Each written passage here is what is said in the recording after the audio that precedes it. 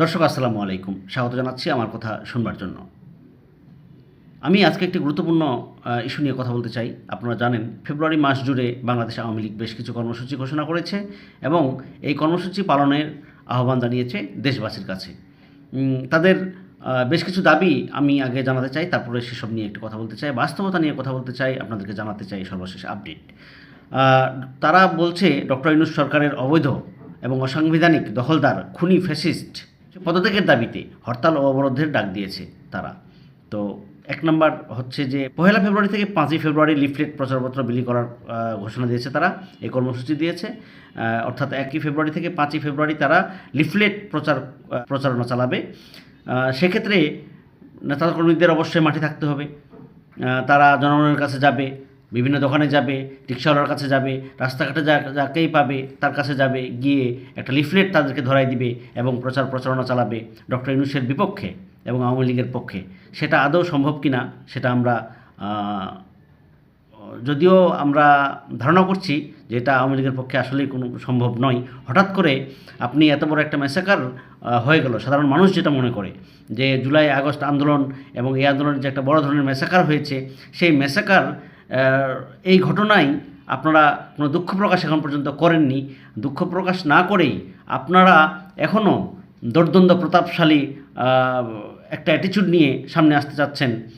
এটা সাধারণ মানুষ আসলে কতটুকু গ্রহণ করবে সেটা সময়ই বলে দেবে। এরপরে কর্মসূচি হচ্ছে 6 ফেব্রুয়ারি থেকে 6 ফেব্রুয়ারি বৃহস্পতিবার প্রতিবাদ মিছিল ও সমাবেশ। মিছিল কোথায় করে ওই আমরা দেখেছি বিএনপির এবং জামাতের নেতাকর্মীরা হুট করে একটা মিছিল করতো কয়েক সেকেন্ডে, 30 সেকেন্ড, 40 সেকেন্ড, 50 সেকেন্ড, তারপর নাই হয়ে যেত। এই 5-6 জন, 7-8 জন, 9 জন, 10 জন এরকম। তো ঠিক সেরকম হয়তো তারা করতে পারে, অস্বাভাবিক না, সেরকম করতে পারে। তারপরে বলা হচ্ছে 10 ফেব্রুয়ারি সোমবার বিক্ষোভ মিছিল সমাবেশ। এটা একটা বড় কর্মসূচি, কিন্তু পালন করবে কিভাবে বা তাদের আসলে কী স্ট্র্যাটেজি, তারা স্ট্র্যাটেজি কী নিচ্ছে, আওয়ামী লীগের এই মুহূর্তে স্ট্র্যাটেজি কী, সেটা আসলে খুব গুরুত্বপূর্ণ বিষয়। এরপরে বলা হচ্ছে যে অবরোধ কর্মসূচি, সেটা রবিবার 16 ফেব্রুয়ারি। এটা একটা অনেক বড় কর্মসূচি। সর্বশেষ কর্মসূচি দেওয়া হয়েছে 18 ফেব্রুয়ারি মঙ্গলবার, দেশব্যাপী সকাল সন্ধ্যা সর্বাত্মক হরতাল। এই হরতাল আমরা দেখেছি বিএনপি হরতাল ডাকতো, জামাত হরতাল ডাকতো, অন্যান্য দল হরতাল ডাকতো, কিন্তু হরতাল হতো না। আমরা রাস্তাঘাটে প্রচুর গাড়ি, প্রচুর মানুষ দেখেছি, দোকানপাট খোলা দেখেছি, terminal, bus terminal, launch terminal সব কিছুই স্বাভাবিক ছিল। আমরা দেখেছি মাঝে মধ্যে ট্রেন বন্ধ রাখতে হয়েছে, কারণ ট্রেনের ইস্যুটা একটু অন্যরকম। তো এখন এই যে আওয়ামী লীগ এত বড় একটা কর্মসূচি ঘোষণা করলো, সর্বশেষ সকাল সন্ধ্যা সর্বাত্মক হরতাল, এই হরতাল পালন করবে কারা? আওয়ামী লীগের নেতাকর্মীরা? আওয়ামী লীগের নেতাকর্মীরা কি আদৌ মাঠে আসবে? কারণ মূল দলের যে নেতারা তারা তো নাই দেশে, তারা তো পালিয়ে গেছেন। তারা এই সাহসটা নিয়ে যদি থাকতে পারতেন দেশে, যে কী হবে, কী আছে কপালে। আমরা দেখেছি 1975-এ 15ই আগস্ট বঙ্গবন্ধুকে যখন বলা হয়, হত্যা করা হয়, তো সেই বঙ্গবন্ধু কিন্তু পালিয়ে যাননি। উনি আরও বাধা দিয়েছেন, উনি আরও বুক চিতিয়ে দাঁড়িয়েছেন। হ্যাঁ, উনি এভাবে আমরা যেটা শুনেছি যে উনি নাকি বলেছেন তোমরা বেয়াদবি করছো। তার মানে কতটা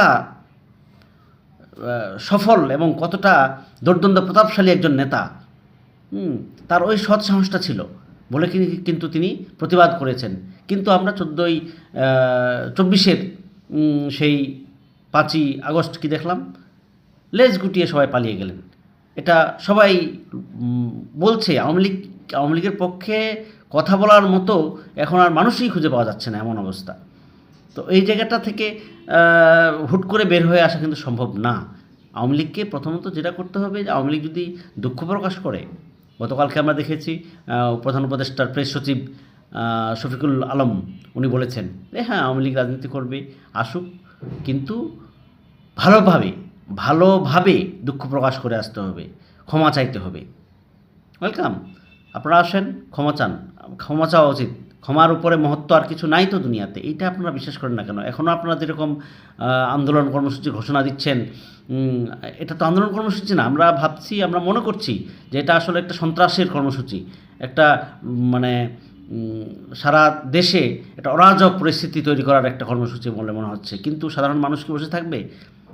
আপনাদের কর্মীরা কিন্তু কেউই মাঠে নামবে না, এটাই বাস্তব সত্য। আমি তো দেখছি আমার আশপাশে যারা খুব কাছের বন্ধু, যারা আওয়ামী লীগ করতেন, যারা আওয়ামী লীগ করতাম, কেউই মাঠে আসবে না, কেউ মাঠে আসতে চায় না। কারণ আপনারা মূল নেতারাই তো নাই। তো মূল নেতারা আগে আসেন, আপনারা দুঃখ প্রকাশ করেন, দুঃখ প্রকাশ করতে হবে, এটা তো খুব স্বাভাবিক একটা ঘটনা। একটা ভুল করেছেন আপনারা, এই ভুলটা যে করেছেন এখন পর্যন্ত আপনারা সিদ্ধান্ত নিতে পারছেন না। আমরা দেখেছি 1971-এ, আমরা শুনেছি, ইতিহাস পড়েছি যে এখন পর্যন্ত নাকি জামাত তাদের কর্মকাণ্ডের জন্য দুঃখ প্রকাশ করেনি।